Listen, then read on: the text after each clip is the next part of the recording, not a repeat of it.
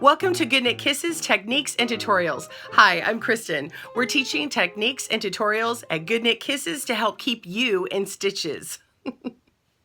Today's clip is from a longer video, a longer tutorial that is a pattern. We are going to shorten it down for you today, so click on the link in the description below if you'd like more information or that full video tutorial. All right, let's begin.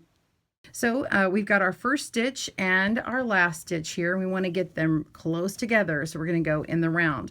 We want to make sure that these stitches are not twisted, so go ahead and make sure that this little bulky part here is all towards the inside. And I'm going to pinch my between my stitches here about halfway and pull on this extra amount of cording right now. Now all this will spread out as we get our main stitches on here. It's just a little tighter for my cast on, which I kind of prefer, and then we will connect these here. I've got my stitch marker out here where I can grab it.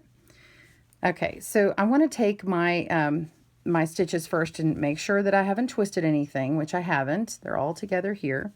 Take this first stitch off the needle on the left and kind of hold it towards you, just pinch it. And now we're going to work the yarn to where this stitch gets really close to the end, and I'm going to put it on my left needle. So we're just going to pick it up and put it on the opposite needle right here. Now it's a little tight.